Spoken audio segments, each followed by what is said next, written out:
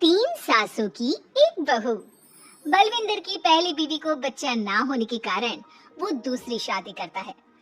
लेकिन जब दूसरी शादी से भी बच्चा नहीं होता तो वो तीसरी शादी करता है। और तीसरी शादी करने के बाद भी जब उसे संतान का सुख प्राप्त नहीं होता तो वो डॉक्टर को दिखाता है। और फिर बलविंदर जी, दोष आपकी बीवियों में नहीं, आप में है। आप में ही कुछ मेडिकल रीजंस की कमियां हैं जिनके कारण आप कभी भी किसी बच्चे के बाप नहीं बन सकते। अरे बाप रे, ये तो घोर समस्या हो गई। एक बच्चे का बाप बनने का मेरा सपना था और आज वही चूर चूर हो गया। तीन बीवियों में पहली बीवी इंद्राणी, दूसरी बीवी सुधा और तीसरी बीवी कलावती। मुझे एक माँ बनने का सौभाग्य प्राप्त करना है। मुझे भी, इसीलिए तो मैंने शादी की थी। अरे लेकिन अब किसे पता था कि हमारे पतिदेव में ही कमी होगी। अब हम क्या करें? हम एक बच्चे को गोद लेते हैं। तीनों एक बेटे को गोद लेते हैं जिसका नाम प्रमोद रखा जाता है। 20 साल बाद अब तीनों भी बूढ़ी हो चुकी होती हैं। बलविंदर भी बूढ़ा हो चुका था। प्रमोद एक अच्छी नौकरी करता है। उसकी शादी की उम्र हो चुकी थी, इसलिए तीनों माएं प्रमोद की शादी पाखी नाम की एक लड़की से करा देते हैं। शादी के बाद बहू पाखी की पहली रसोई की रस्म की बारी आती है। मेरी प्रिय तीन सासू माँ, आज मेरी पहली रसोई है। बताइए क्या बनाऊं? क्या पसंद है आप तीनों को? बहू तू ना कढ़ाई पनीर, सूजी का हलवा और पुदीने की चटनी बना दे। अरे नहीं नहीं, ये क्या पसंद है? अरे पाखी बहू, तू छोले भटूरे, सरसों दा साग और मक्के दी रोटी बना और पंजाबी लस्सी भी बना दे। ओफो, सच में मेरी सौतन हो। खाने के मामले में तुम्हारा टेस्ट और चॉइस दोनों भी बकवास है। बहू, नॉर्मल सिंपल सात्विक भोजन बना दो और हलवा पूरी खीर का भोग चढ़ा दो भगवान को मंदिर में। अरे कैसे तुम दोनों अपनी मनमानी कर रही हो? मैं तुम दोनों से पहले आई थी बलविंदर जी के जीवन में और तुम दोनों से उम्र में भी मैं बड़ी हूँ। इसका मतलब मैं पाखी बहू की बड़ी सास हुई? नहीं, उम्र बस एक अंक होती है। मैंने सबसे ज्यादा देखभाल की है प्रमोद की, इसलिए मैं एक सास होने का ज्यादा हक रखती हूँ। पाखी बहू, तुझे मेरी बात माननी होगी। नहीं, तू मेरी बात मानेगी।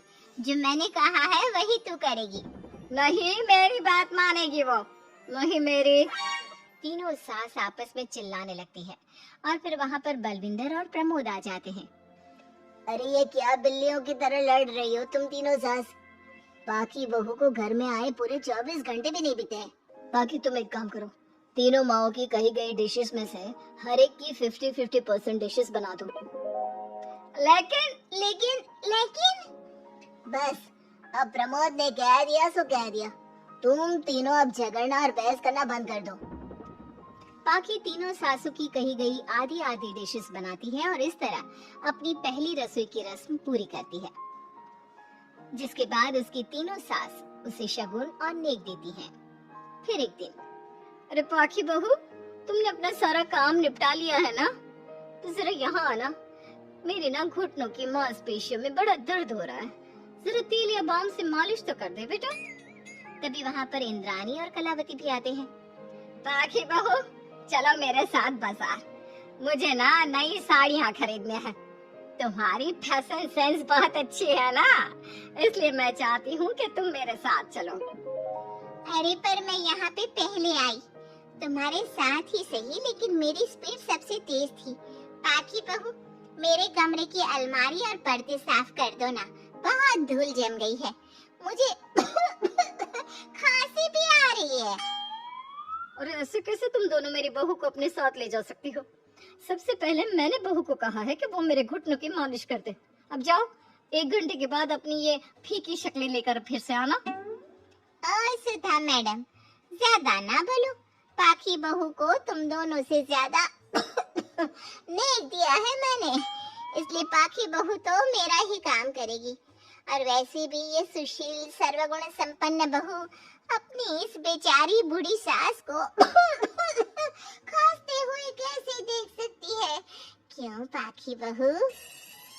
हाँ पर नहीं पाखी बहू, तुम इन दोनों की भावनाओं के जाल में मत फंसो और रही बात शगुन और नेक की, तो रिश्तों को प्यार के भाव से तोला जाता है, ना कि पैसों के भाव से। मतलब ही कहीं की। ओ इंद्राणी, ज्यादा मत उछलो, पता है कौन कितना मतलबी है। उफो, अब फिर से अब तीनों मत शुरू हुई है। मैं अब तीनों के काम करूंगी, लेकिन बारी बारी। सबसे पहले सुधा सासू माँ का, फिर कलावती सासू माँ और फिर इंद्राणी सासू माँ का। इसके बाद तीनों सासू में फिर से लड़ाई और कहासुनी छिड़ जाती है।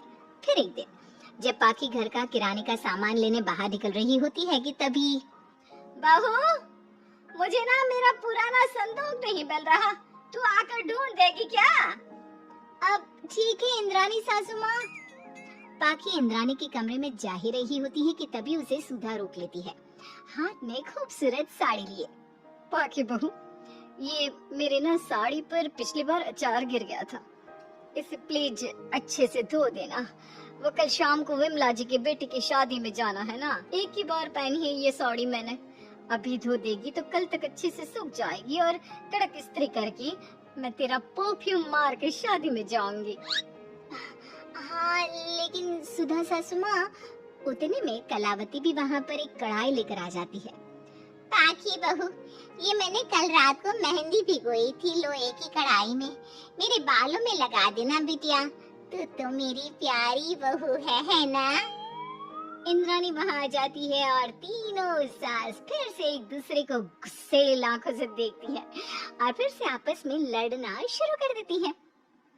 तुम अपने आप को समझती क्या हो? खरीद लिया है क्या मेरी बहू को? ये मेरी बहू है। तुम मेरी पड़ोसन है क्या? ये मेरी भी बहू है और मेरा भी इस पर उतना ही हक है जितना कि तुम्हारा। तुमने खरीद नहीं लिया है ना, तो ये मेरी है, सिर्फ मेरी, इकलौती बहू मेरी पाखी, मेरा ही काम करेगी। क्यों पाखी? नहीं नहीं, ये मेरा काम करेगी।